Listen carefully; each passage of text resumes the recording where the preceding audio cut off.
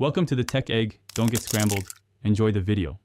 You start by powering the Redmi Note 8 off and removing the SIM tray to prevent shorts.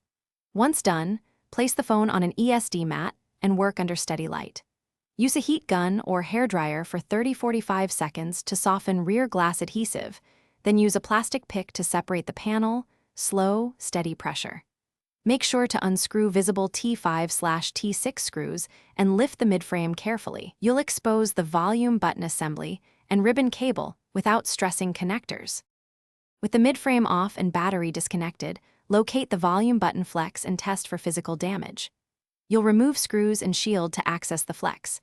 Inspect for corrosion, torn traces, or a warped plastic guide that blocks actuation. If the dome or switch is worn, replace the flex assembly. If traces are broken, carefully reflow or bridge with low-temp solder, only if confident.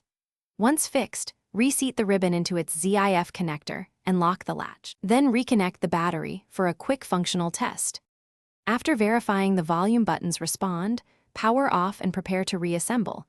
Clean adhesive channels and apply new adhesive strips or thin heat-activated tape. Align the rear glass and press evenly to avoid gaps, then reinstall screws and the SIM tray.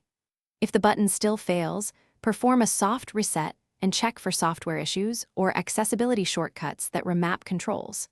If hardware is still problematic, swap in a known good replacement flex or consult a repair shop.